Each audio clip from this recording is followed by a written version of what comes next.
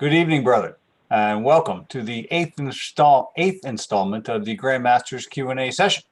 I'm Dan Hotchkiss. I'm your host again this evening. And this evening, we're going to hear some opening remarks from our Grandmaster. Right Worshipful Chris Busby is then going to talk a little bit about some upcoming podcasts. I'll do a brief review of the Lodges of Instruction for those who were not able to attend. You get to at least get a summary of what we discussed at those Lodges of Instruction. And then Right Worshipful David Collins is going to give us a charity fund drive update, followed by Right Worshipful Brother Larry Sprague, who's going to talk about an important topic that really goes well with the charity fund drive, specifically about planned giving. And then Right Worshipful Collins is going to talk about attendance at our upcoming annual, semi-annual communication in November. And then we'll have some closing remarks from our Grandmaster. So at this point in time, brethren, it gives me a great deal of pleasure once again to introduce the most worshipful Grandmaster of the most worshipful Grand Lodge of the ancient and honorable fraternity of free and accepted Masons of the state of New Hampshire, most worshipful brother Kenneth Ansel Clay Jr. Most worshipful.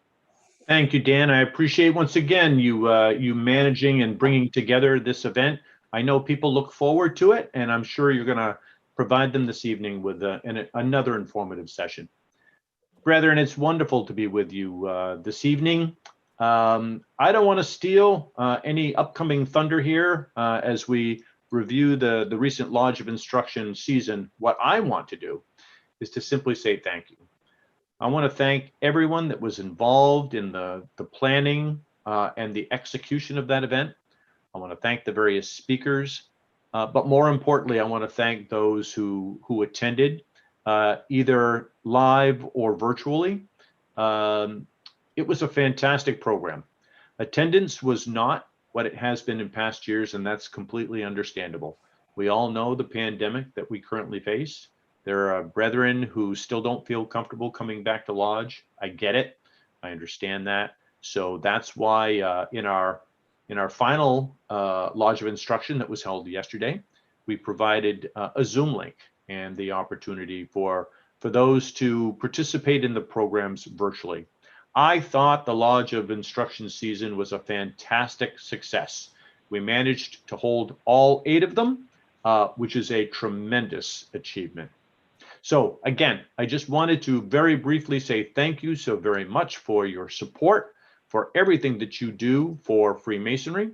Dan, I'm going to turn it back to you for the remainder of the program. Thank you, most worshipful. And now, brethren, I'd like to turn it over to Right Worshipful Brother Chris Busby, who's going to talk a little bit about some upcoming podcasts. Right Worshipful. Thank you, Right Worshipful. Good evening, brethren. I'm happy to say that the Granite Cornerstone podcast, the Masonic podcast for the Masons of New Hampshire, is off to a fantastic start. So we are now off onto episode 3. But if you haven't had an opportunity to watch the first 2 episodes, they are available on YouTube on the channel you are currently watching, which is youtube.com/New Hampshire Freemasons, and on Facebook. And we will include that link in the chat here momentarily. Worshipful Brother Timothy Marat has been our host, and he's done an outstanding job, and we're very excited to see what lies ahead. Our last episode was the Grandmaster's Gab. That was the title. And it featured our Grandmaster, Most Worshipful Clay, the Grandmaster of Massachusetts, and the Junior Past Grandmaster of Rhode Island. And it gave a much deeper understanding of what it takes to be the head of our fraternity. And I definitely encourage you to check it out. All of our podcasts are going to be available on the channel to watch at any time after they air. For the next several episodes, we're going to be squarely focused on New Hampshire Freemasonry and the perspectives and journeys of our own brothers and lodges. The next episode, episode 3, is called We've Been There. And we'll feature 3 of our more seasoned brothers and focus on their experiences in Freemasonry, what drove them, why they stayed, and what they've learned along their long journeys. We will welcome 3 brothers, 2 of which we have already slated. 1 will be announced next week. We'll welcome Right Worshipful Brother Earl Cole from the 3rd District and past District Deputy Grand Master, Brother David Evans Brown, who I believe is on the pod watching the Q&A tonight. Hello, Brother Evans Brown from District 8, as well as one more brother, which will be announced next week, as I've just mentioned, and that episode airs on Sunday, November 1. The following episode, number 4, is called We're Just Getting Started, and we'll focus on 3 of our newest brothers and discuss what drew them to the fraternity, what they hope they'll find, and what has surprised them as they've received light in Masonry. And that will be airing on Sunday, December 13th, live at 7:30. And we're going to be keeping this same pace for the foreseeable future, about every 6 weeks on a Sunday at 7:30. At the first episode and a little bit afterward, we received some recommendations for future episode. We'll be using some of those ideas coming up, but we definitely need more, brethren. So if there is a brother or a topic that you'd like to see featured on an upcoming episode of the podcast, please email us, granitecornerstone@nhgrandlodge.org.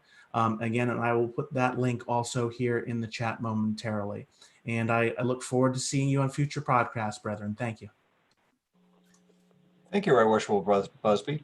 And brethren, if you have not yet had an opportunity to view those podcasts, I would certainly encourage you to do so.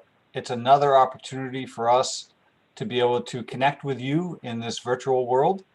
And it is certainly an important way for you to gather some more information.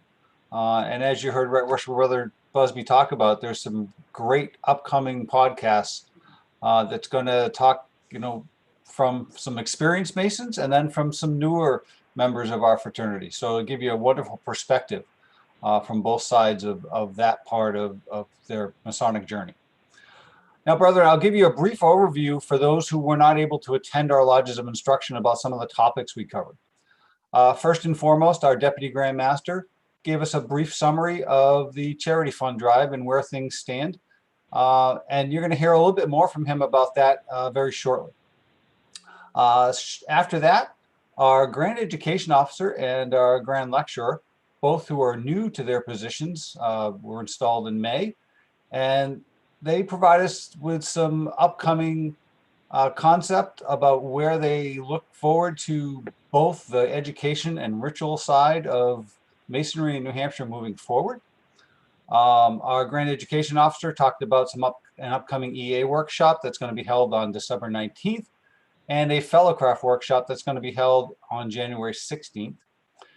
Following that, our Grand Lecturer provided some important information about some ritual performance workshops that are upcoming. And then together, they provided an important program about what we came here to do and the importance of Masonic ritual and following it with Masonic education, so that the brethren in our jurisdiction receive the best, not only the best possible degree ritually, but the best Masonic experience. Following their program, our Senior Grand Deacon and our Junior Grand Deacon alternated on presenting a program on planned giving. And you're going to hear a little bit more about that particular topic in a very few moments from Right Worshipful Brother Larry Sprague. And then after that program, myself and our Deputy Grand Master alternated in terms of the power of virtual meetings.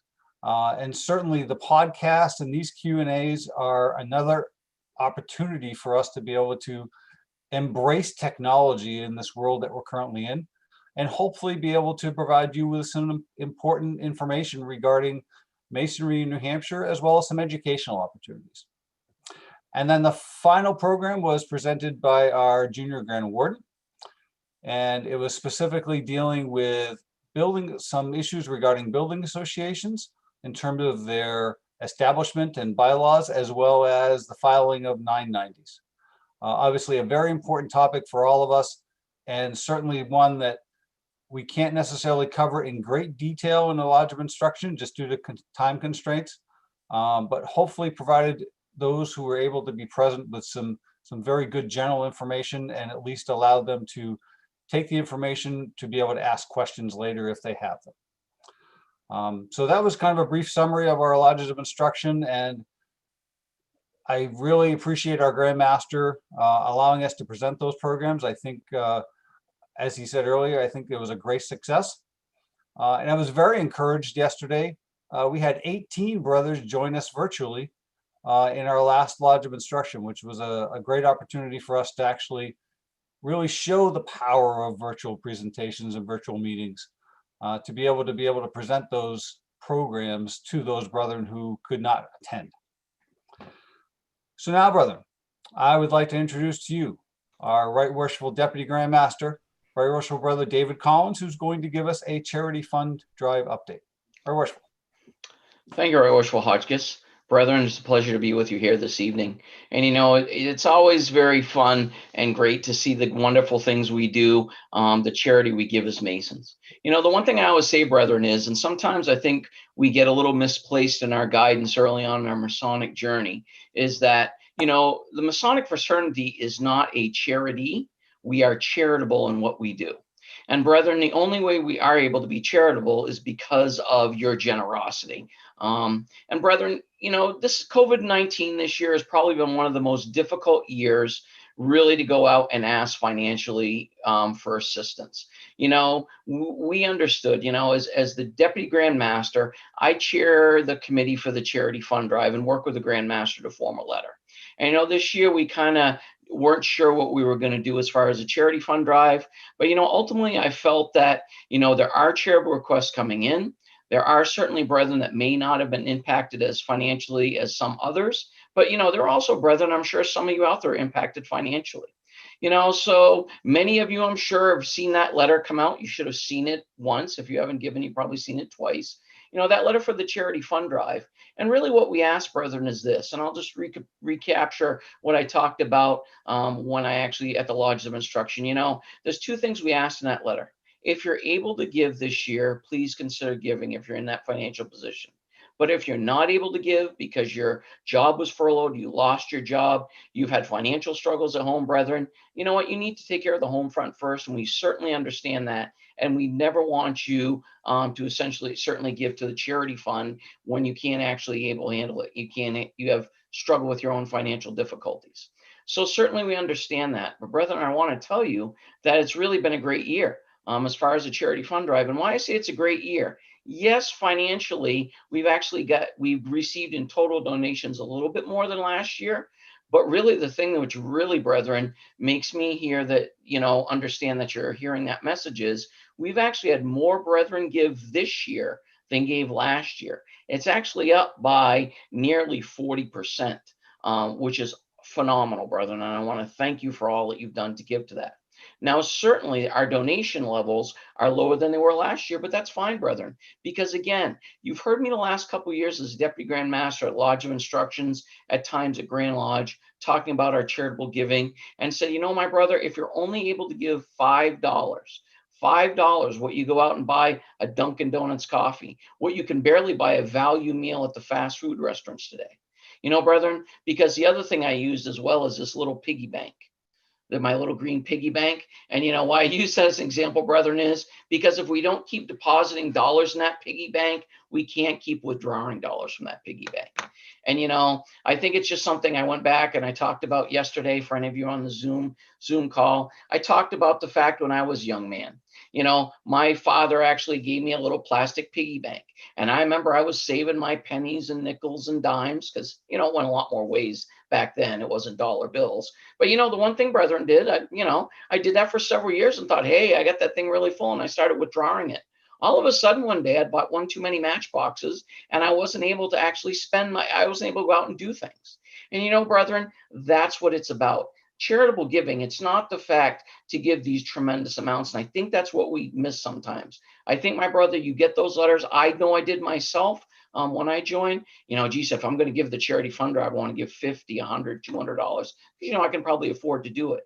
The problem is, brethren, is if we don't write that check or drop that money in there right then, we set on it, we forget about it. We all do. We have a lot of things going on. Maybe we have an unusual financial bill comes up and we've had to actually, essentially turn our money that way.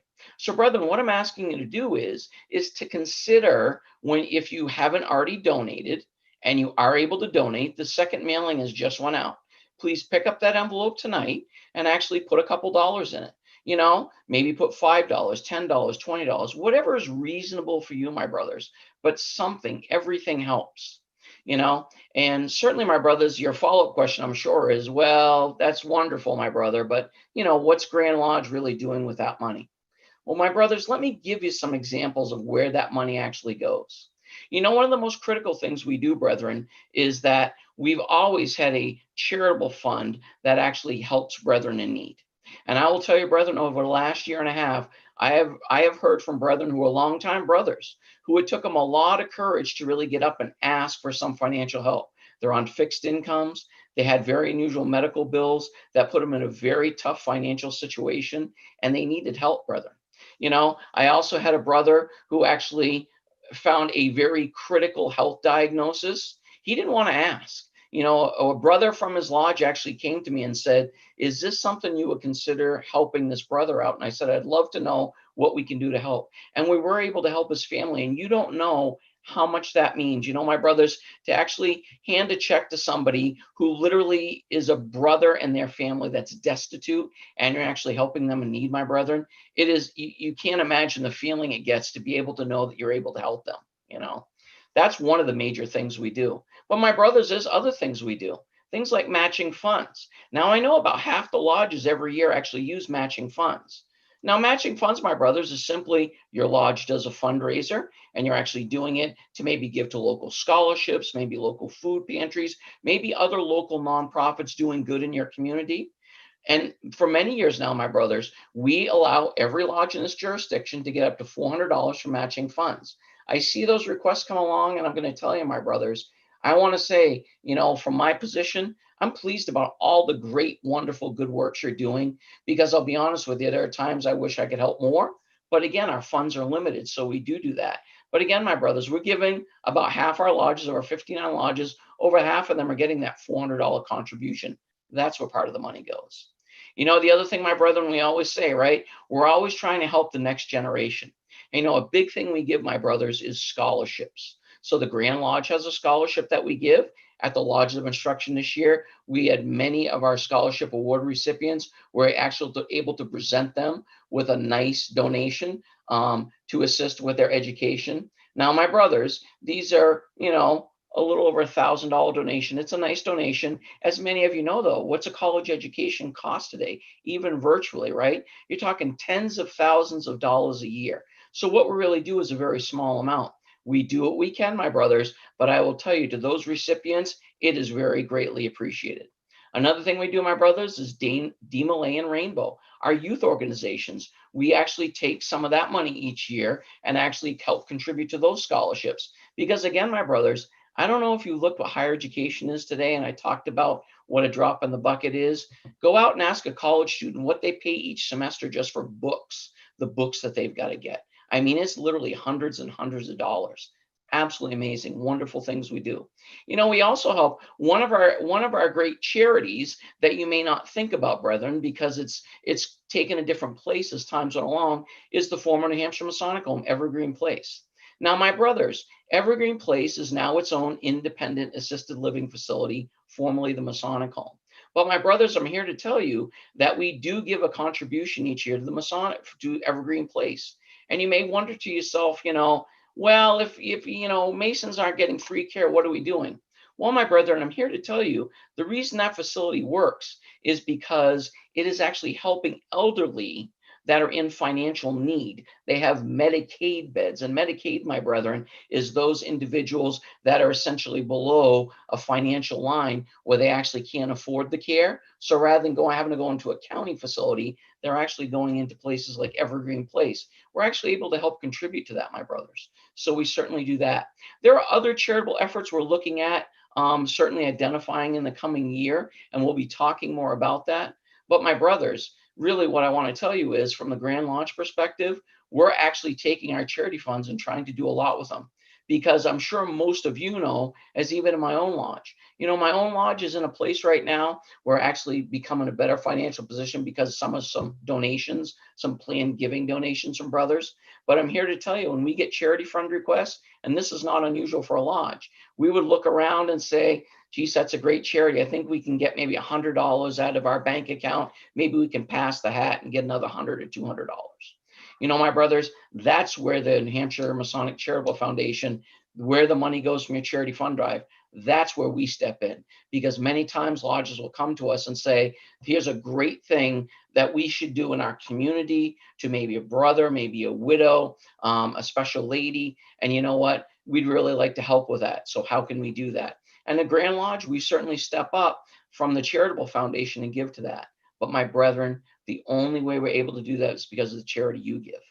So my brethren who are on there tonight, if you're in a financial position to be able to assist us with that, please, and you haven't given a donation yet this year, please consider tonight at the end of this virtual meeting, please write out a check, drop it in an envelope to the Grand Lodge in New Hampshire, or if you want to do it electronically, you can go right now on the Grand Lodge website, nhgrandlodge.org.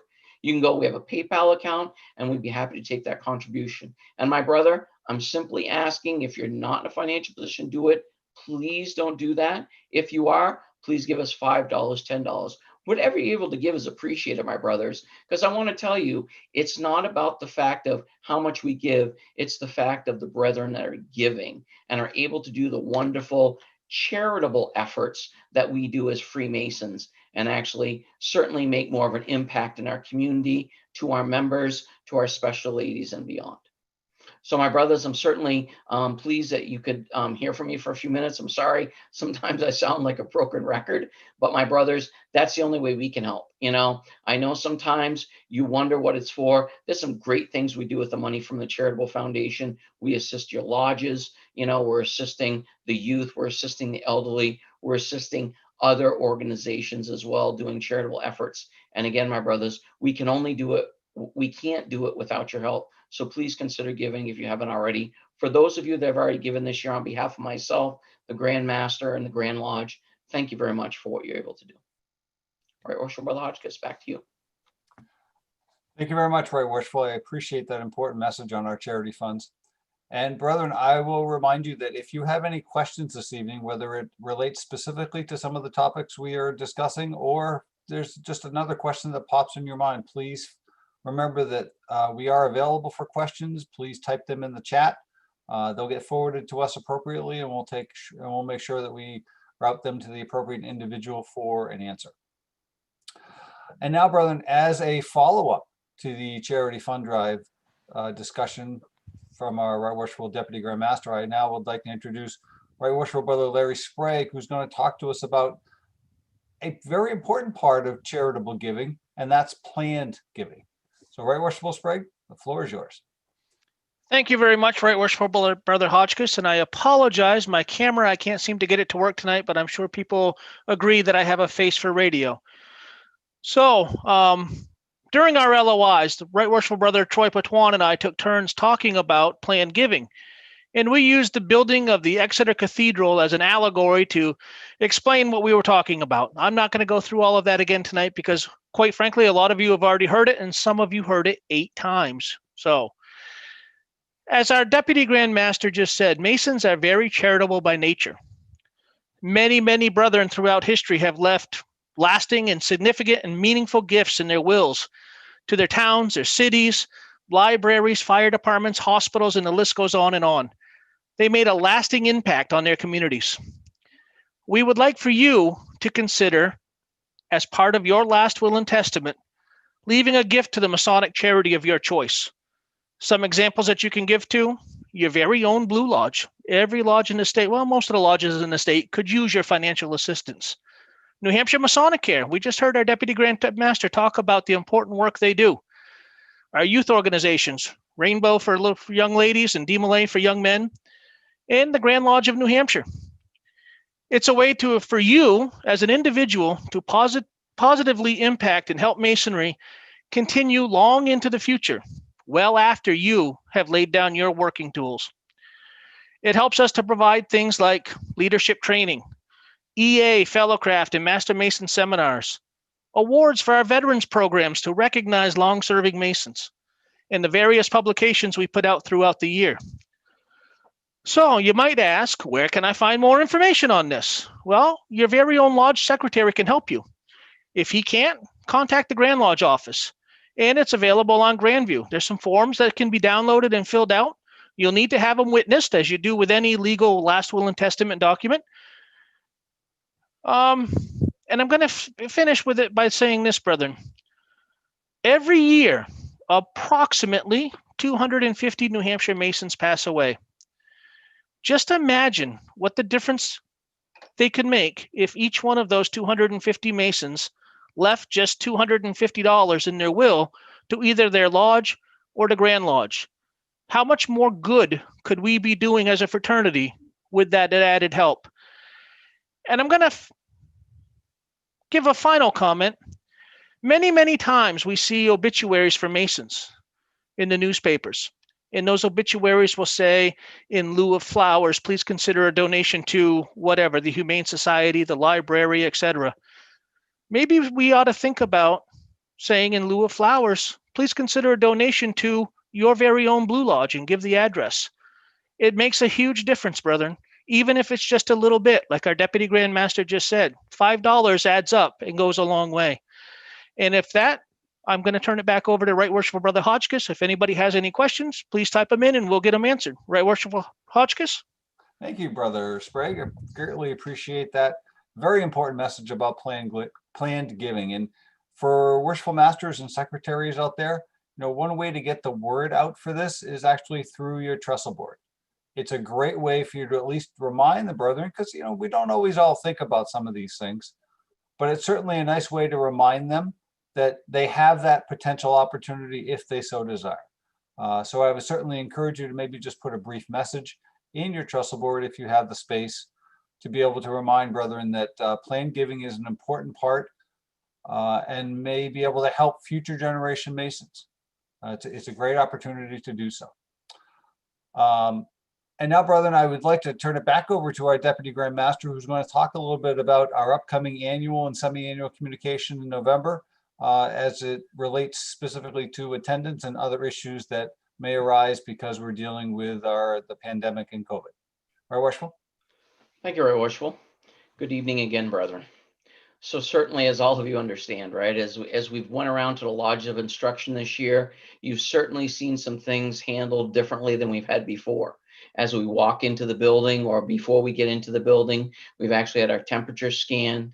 We've had things like contact tracing forms. We've actually been socially distancing in the lodges. We've actually seen our meal services, the way we're actually getting meals, change significantly of what we've done before. The COVID pandemic is something out there, brethren. It's concerning to all of us. To some of you, it has actually probably limited your attendance at meetings. Right now, you've chosen not to go. And brethren, certainly understand from the Grand Master on down, we all understand the concerns you have. And certainly we do not want to put a brother into a situation where they feel uncomfortable. So brethren, it was certainly challenging for the Grand Master to have to cancel Grand Lodge. In the history of the Grand Lodge, as far as we can find out, the only time attendance was ever actually discouraged was at the end of World War II when gas rationing was an issue. We see no other time. Going back to the pandemic of 1918, there's nothing in the records of the Grand Lodge and the proceedings actually state they limited any type of attendance. But brethren, we all have to be realists here. Myself, I'm a volunteer emergency medical technician and firefighter in my local department. Certainly, universal precautions, dealing with the COVID pandemic is on the front lines of all the first responders out there. And we do not want to put those situations forward for that. So brethren, so thinking again, when the Grand Master is looking how he's going to handle this, he's thought long and hard, and certainly understand that right now we're in early October. The semi-annual is not for another 6 to 7 weeks out. However, if things change drastically in the state, if cases start spiking, if the state comes forward with a governor, starts putting restrictions on gatherings, then certainly the Grand Master will act accordingly, certainly for the safety of members. Assuming things continue going forward, brethren, it is the plan of the Grand Master to actually hold the annual and the semi-annual communication of the Grand Lodge, the postponed annual and the semi-annual communication on the normal semi-annual date, which is the third Saturday in November. Now, brethren, I'm here to tell you, there's been a lot of discussions already about how we're going to handle that building in Manchester, because that's where Grand Lodge meets every year. Brethren, I'm going to tell you, just like you saw the LOIs, you can expect to see the same type of precautions when you come to the door. You're going to be asked for a contact tracing form. You're going to be asked if you have any COVID symptoms. If you do, brethren, we'll certainly ask you, don't come. If you've been exposed to somebody in a period of time prior to this, you really should not be exposing other brothers any more than you want another brother exposing you to that. You come in the building, your temperature will be scanned. You will check that form. There'll immediately be a hand sanitizer station that will be there, so you can actually wash your hands with some hand sanitizer. Everything we do throughout the building is going to be making sure there's plenty of, hand sanitizer is great. That's a good precaution, but really it's washing hands, brethren. We'll make sure there's adequately in the environment, certainly in the building. The other thing, my brothers, is certainly Manchester, we know it's a large lodge room. And generally at an annual or semi-annual communication, we have as upwards of 200 plus brethren there. However, brethren, we've already seen at the lodges of instruction that the attendances are drastically reduced because a lot of brethren don't want to be exposed. Social distancing is a big thing. So within the large lodge room in Manchester, we actually plan to have social distancing. You're not going to be able to sit side by side. There will be seats that are essentially held out that you won't be able to sit in. So there will be some distance between the brethren.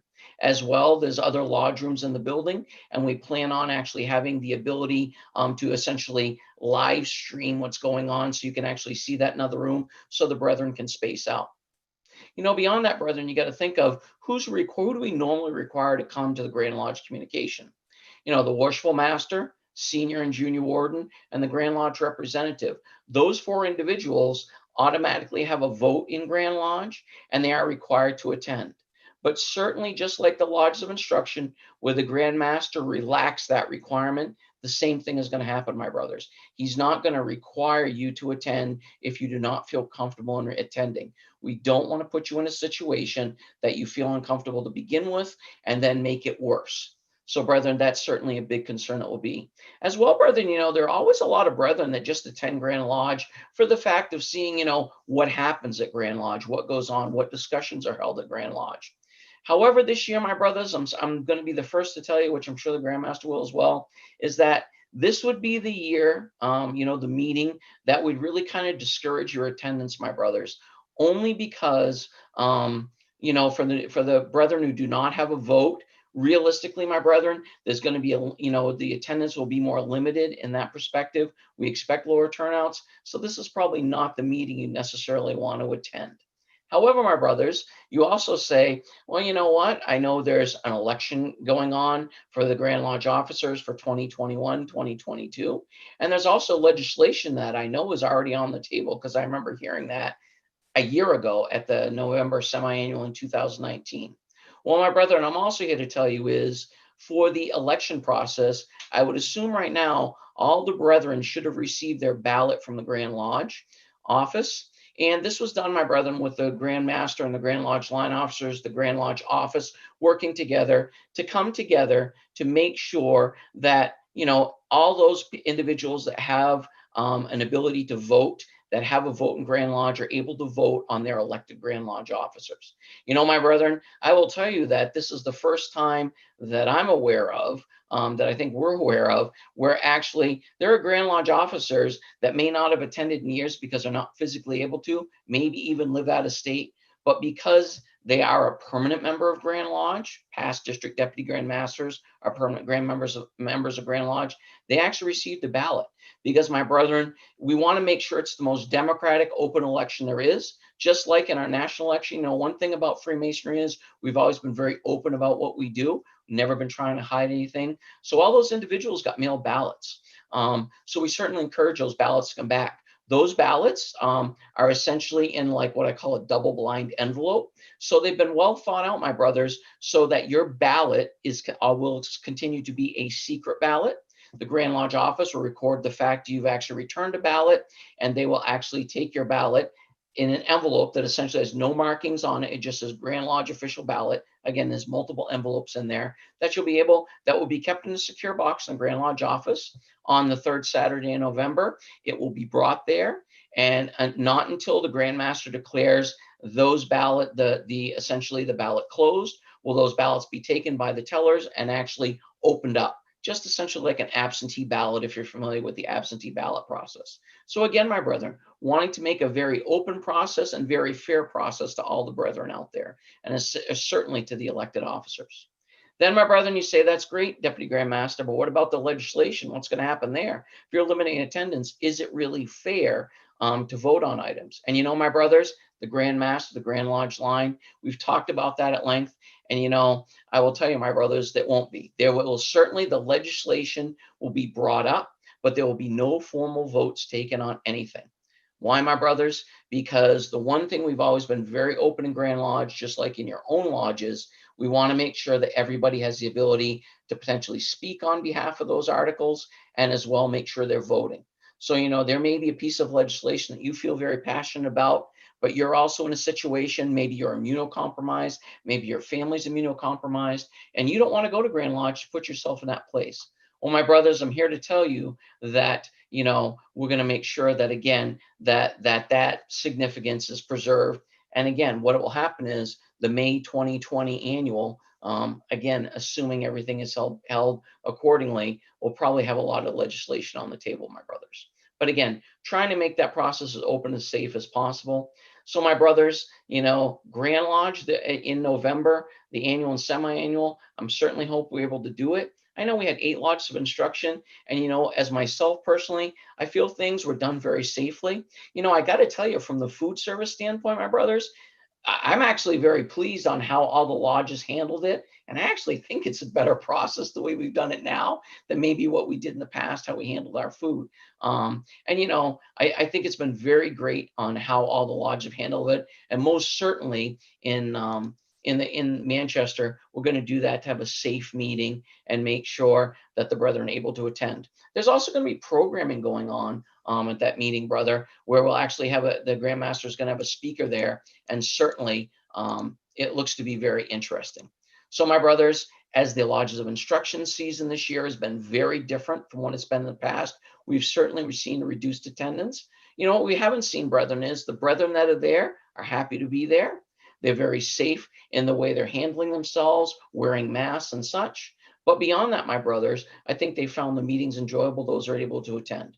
The ones that weren't, my brothers, hey, this is a good time. If you don't feel comfortable, don't come. But as well, I would also say that if you don't have a vote in Grand Lodge, you don't feel comfortable, this is probably okay to have a meeting that you don't go to, simply because of the size group that we can limit essentially in that building. So, my brothers, at this point, I'm going to pause for a minute. I don't know if there's any particular questions that anybody has. Feel free to open it up. I know I'm here, but the Grand Master's here as well. If it's something we haven't discussed, I will defer it to him. So I don't know if anybody has any questions. And I don't know if Brother Busby, if you've seen anything in the other chat. Let's see. There is one question about whether or not the Grand Lodge session will be available via Zoom or whatnot. I do not believe that will be available, unfortunately, Brother Lewis. Not sure that Manchester has the Wi-Fi capability to be able to stream that, so it will be effective. Right. Any other questions, brother? I don't see any other questions, Right Worshipful. I did want to make a quick comment that the Grand Master indicated that we would likely be voting on non-legislative items that arise. For instance, we do have a couple of lodge mergers that are going to be occurring that we'll be voting on. So any non-legislative items, such as, that don't affect constitutional rules and regulation changes, will more likely than not be voted on. Thanks for that clarification, Right Worshipful. And we do have a couple lodges that are looking to merge, my brothers, and these are things that have all been agreed upon by the lodges. One lodge in particular right now has closed. They've sold their building. Their lodge is already essentially meeting with the brethren of the new lodge. So essentially, it's just a formality, my brothers. There's nothing that is going to be, certainly a group of brothers be anti to that lodge. A lodge is merged because, again, they're at that situation. So Thank you, Right Worshipful Hotchkiss, for that clarification. Oh, So thank you, just Right want to press the Worshipful. point that, again, we're not going to put forth legislation that's going to impact somebody that will be voted on then. Again, there's quite a bit of pieces, brother, I'm here to tell you. So again, I think we'll have a good meeting. I look forward to seeing the brethren. I'm sure the Grand Master will speak in a minute, but I think the Lodges of Instruction, though it's been a lighter turnout, I think it's been a great turnout. I think it's been some great questions, a lot of great engagement from the brethren. And most of all, I think it's great that those brethren that, I think a lot of us, right? Virtual meetings are nice. But it's also nice to get back together. But again, back together in a safe environment.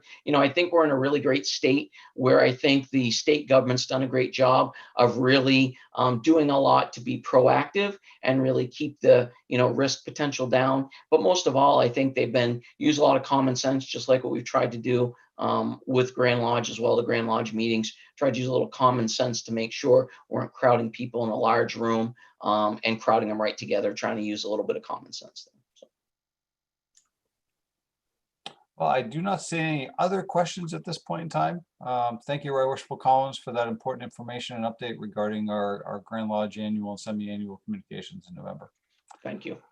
Brethren, that actually concludes our agenda, and I'm now going to turn it over to our Grand Master for some closing comments. Most worshipful. Thanks, Dan. I appreciate your time. I just wanted to verify that we weren't going to hear about taxes tonight. No taxes tonight. Oh, Although, Scott. brethren, that final extension is looming for your 1040. So if you haven't filed them yet, make sure you get them in by the 15th of October. Well, brethren, I want to thank you for taking time out to be with us here this evening. I see where Scott just came off of mute. He was probably going to make a comment. Scott, is there anything you wanted to say? No, if anybody has any questions about the taxes, I'm available here, but I have nothing else to add. All right, very good. So, brethren, as I was saying, I do very much appreciate the folks that spoke here this evening. I think they put forth some very valuable and pertinent information for you all, further light in masonry. And I want to kind of, if you will, turn the page a bit. We've been very much focused of late on lodges of instruction, and now our focus will be changes and how we're going to have to change and adapt to ensure, as Right Worshipful Brother Collins said, putting on the very best rescheduled annual communication and regularly scheduled semi-annual communication that we can. There will be a Grand Masters event on the Friday evening before that is a by invitation only. Then we'll be at the lodge in Manchester all day on Saturday, November 21st, for what I hope is a very enjoyable session. There will be changes, as he has pointed out. We will be absolutely on top of making sure that we are providing a safe and secure environment, just as we did with the lodges of instruction. And we have a scheduled speaker during the afternoon session that you'll be hearing more about soon, that I think that will really encourage you to come if you are able. I do believe there may be one or two more comments just before I wrap up. So I'm going to turn it back over to Right Worshipful Brother Hotchkiss for any remaining questions or comments. Thank you, Most Worshipful. Actually, there's one comment from a brother about he was working in the Lodge of Instruction dinner in Milford and saw a number of folks hugging and shaking hands outside of the building and wanted to know if we were going to discourage that kind of activity. Yeah, absolutely. You know, brethren, this is the hard part, right? We are so used to shaking hands and hugging. I mean, we are a cordial group. It doesn't matter whether it's Blue Lodge, Scottish Rite, York Rite, Shrine, Eastern Star, Rainbow, DeMolay. This is something that we've been born and raised to do. It's a part of our culture. And it could very well be the hardest thing that we have to adapt to. I know it's hard, but we have to try as best we can not to do that. I would absolutely discourage hugging, shaking hands, and do our best to abide by CDC guidelines as best you can. Thank you, Most Worshipful. I do not see any other comments or questions. So if you want to do your final closing comments, that would be wonderful. Very good. Well, brethren, I was looking outside today. I took a walk with my dog, and I was watching the leaves changing color and falling from the trees, and clearly change is afoot. We're going to be transitioning from seasons, and before you know it, the snow will be flying. Well, that's definitely the case with Freemasonry as well. We often say that nothing in Freemasonry ever changes. Well, I think we have dispelled that myth this year in many, many ways.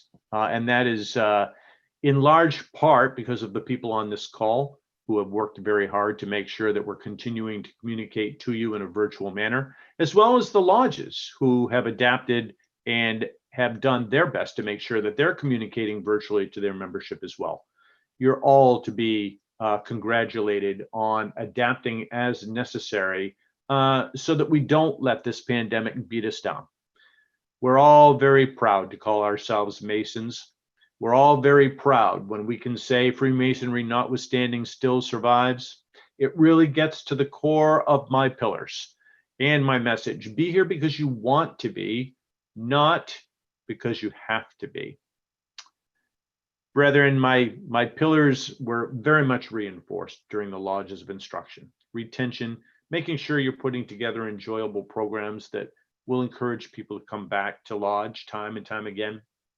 Ritualistic excellence, always trying to put forth the very best message that you can through ritual. Ritualistic Masonic education. Ritual is the core of what we do, but you have to understand what the message means. And that's where Masonic education comes from. It helps you to understand the deeper meanings of what our ritual is trying to teach us. And then communication. And we've got an outstanding communication team spearheaded by Right Worshipful Brother Busby, Flynn, and Newberry, who've done a fantastic job using all sorts of different state-of-the-art technologies to make sure that you are informed all along the way. So, brethren, as the seasons change and Freemasonry changes with it, I encourage you to adapt as well. Continue to look for more of these Q&A sessions as is warranted. I congratulate Right Worshipful Hotchkiss for once again doing a fantastic job of leading us through this session. And I'm going to break with tradition. Normally, I'm the last one to speak, but I do see more questions have come in. So no need to turn it back to me, Dan, but if you want to address any questions that might have come in since, we can do that now. Brethren, thank you so much. Thank you, Most Worshipful. Actually, one other question is actually from a brother from Maine, and I'll actually defer this to Right Worshipful Collins as he kind of answered it on the chat. He wanted to know if here in New Hampshire we are doing any table lodges in the future. Yeah, my brother, I'm not aware of any lodges doing any this fall. I think with COVID, there was certainly some concerns. We haven't seen as many table lodges, interestingly, in the last couple of years. However, I'm here to tell you, keep your ears into the grindstone, because I was talking to a couple of brothers over the last couple LOIs, and in the spring of next year, they are looking to do a table lodges within New Hampshire. So I think there's a couple coming in the spring of 2021. Right now, I am not aware of any table lodges going on in Grandmaster. I don't think you've heard anything from any lodges as far as getting a dispensation as far as that with the liquor. So, yeah. So I don't think there is, my brother, but keep aware. I know there are two lodges in particular. One I'm a member of, Anniversary Lodge Research. We are talking on planning to do one in the spring of 2021. Certainly that will be well advertised when that goes out. So look forward in the next 4 to 6 months, we'll have something for you. So those are a lot of fun. And I certainly encourage you, if you're able to attend, please come over to New Hampshire and enjoy some of the fellowship here. However, if there's ice cream being served, then we can probably find a way to make it happen. Yes, Grandmaster, we'll see what we can do. We'll see what we can do, at least for the next 6 months or so. Brethren, I believe that concludes our eighth installment of the Grandmaster Q&A this evening. Certainly appreciate you tuning in. Hopefully you found the information beneficial and useful. And we certainly look forward to your future attendance, and wish you all well and be safe. And until we meet again.